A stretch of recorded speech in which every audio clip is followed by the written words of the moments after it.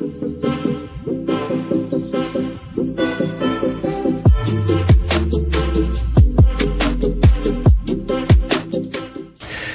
2019, Wales looked like world beaters.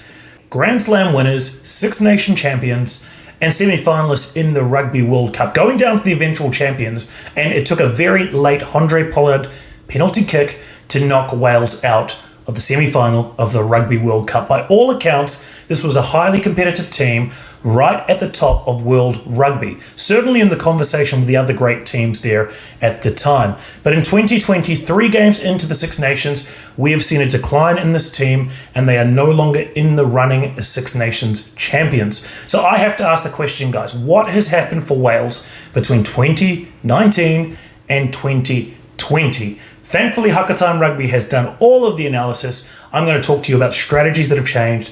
I'm going to talk to you about the impact of missing players, and I'm going to talk to you about decline in some of the key positions in this Welsh squad.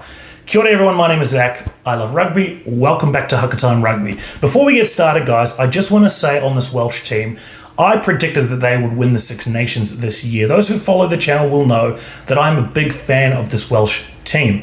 Last year, I was very impressed by what they did in 2019, and I thought coming into 2020, they had all of the building blocks there to be a highly successful team. But not only that, to win the Six Nations. I still believe that this team has all of the building blocks to be a very successful team, but there are some fundamental issues that I've seen in 2020 that I'm going to outline for you right now. In my mind, there are 3. I briefly touched on this. It is strategy and tactics.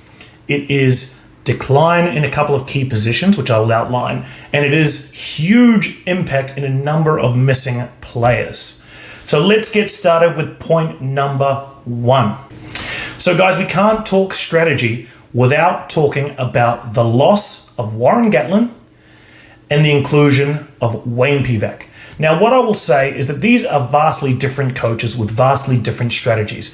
Wayne Pivac has proven his ability to win games for the Scarlets with a more attacking mindset. He's been able to build a culture of attack at the Scarlets, which has been very, very successful there for that club. Conversely, if we look at the body of work that has been implemented by Warren Gatland, it is certainly built on strong foundations, strong set piece, extremely strong loose forward play and forward work, and fantastic defensive mindset. Now, we have to include, obviously, the great work done by Shaun Edwards for this Welsh squad to really get them into an effective defensive lineup.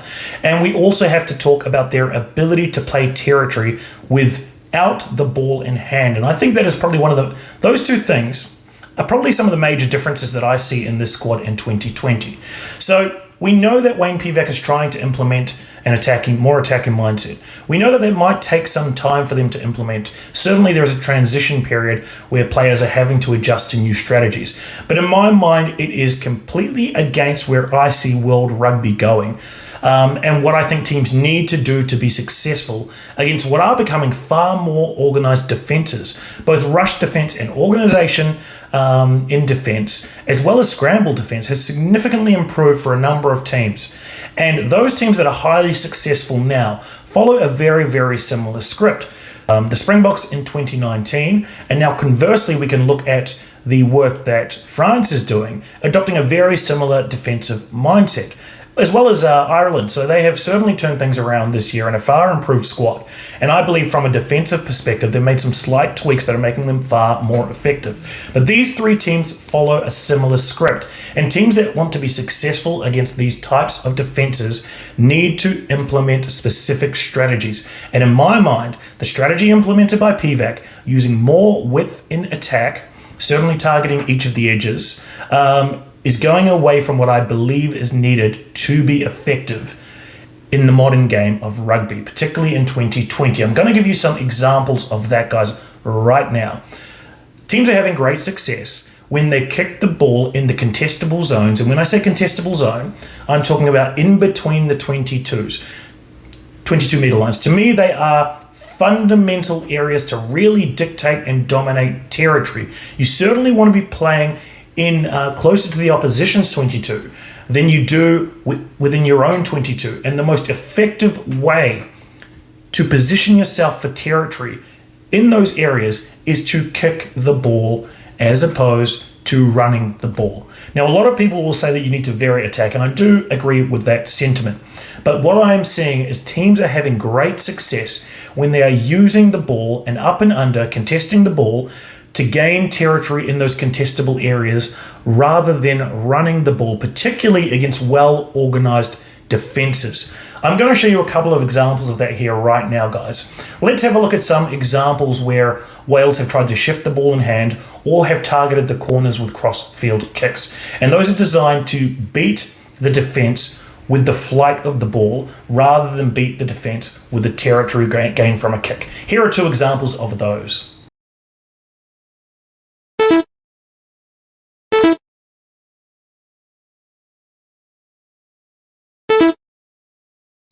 So what you can see there, guys, is that with a solid rush defense, they're actually putting pressure on the ball in key areas to slow down the ability to get the ball to the wings. So if your mindset is to shift the ball as quickly as possible to the wings, which is exactly the mindset that PVAC is trying to implement, and it's also exactly the mindset that was successful at the Scarlets, you can see that you must get around the rush defense. And that's a high-risk game because it can result, as we've seen in those two examples, in either the ball being contested, disrupted, lost, which really stifles momentum. Conversely, what I'm talking about using the flight of the ball to gain territory versus the running of the ball, Wales have proven they can be successful with that approach. And that is the mentality that had been implemented by Warren Gatland to great effect in 2019. Here are some examples from the first half of that game against France.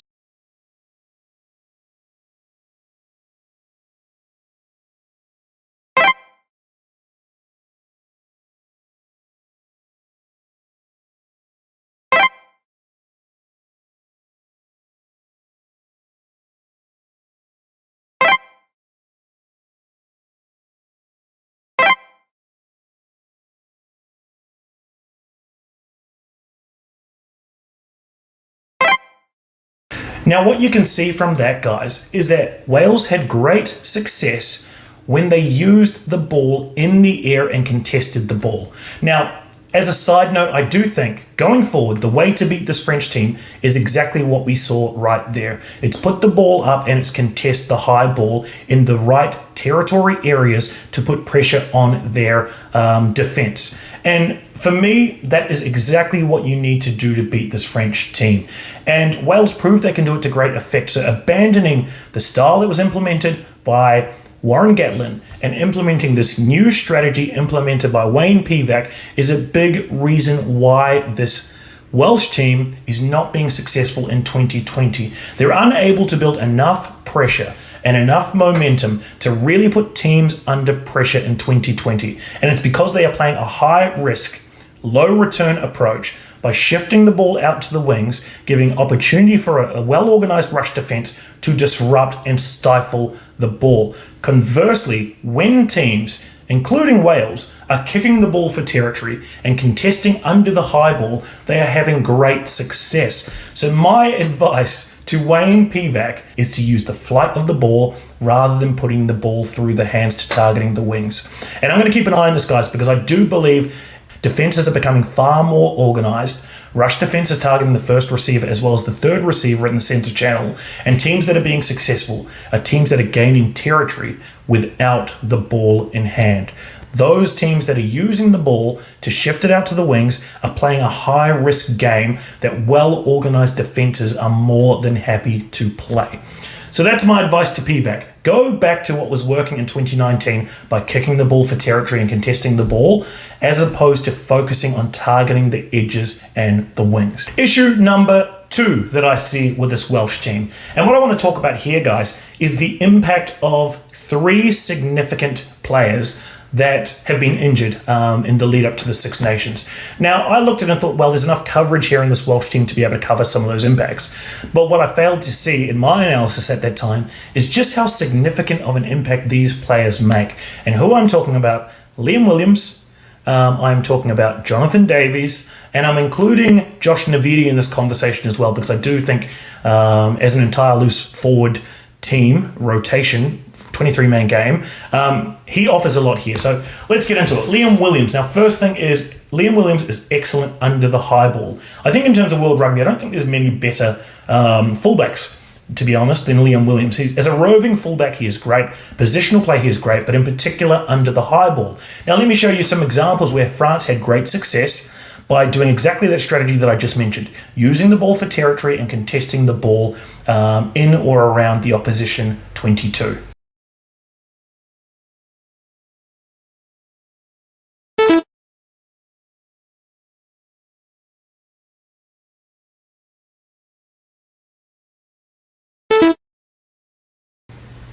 So to my mind, guys, this is where you want a guy like Liam Williams on the field to defuse some of those high balls. And I think what we're going to see from many teams this year is they're going to be using that exact play to great effect. Now, Romain Ntamack as a first five has come on in leaps and bounds in 2020 and in 2019, but he's proving his kicking accuracy, and that coupled with effective chasers who are putting pressure on the ball is very, very difficult to stop. They proved to great effect that they can use that approach to also score points. So the first try there was really from that great kick put up by Ntamack, contested, ball regathered, break made, try scored. So you can just see the impact that it's starting to have on games, guys. And I think losing a guy like Liam Williams, you're really losing the ability in defense to defuse that type of strategy. High ball defense for a fullback now is paramount, guys, because this is exactly how teams are attacking to get territory gain and put points and momentum on opposition teams. So something to remember. Next, let's talk about Jonathan Davies. Now, those who follow the channel will know that I'm a big fan of Jonathan Davies, and in fact, I think he's probably the best centre in the world. Well, he's certainly in the top three, and to me, the top three are Jonathan Davies, Anton Lienert-Brown, and Lukhanyo Am.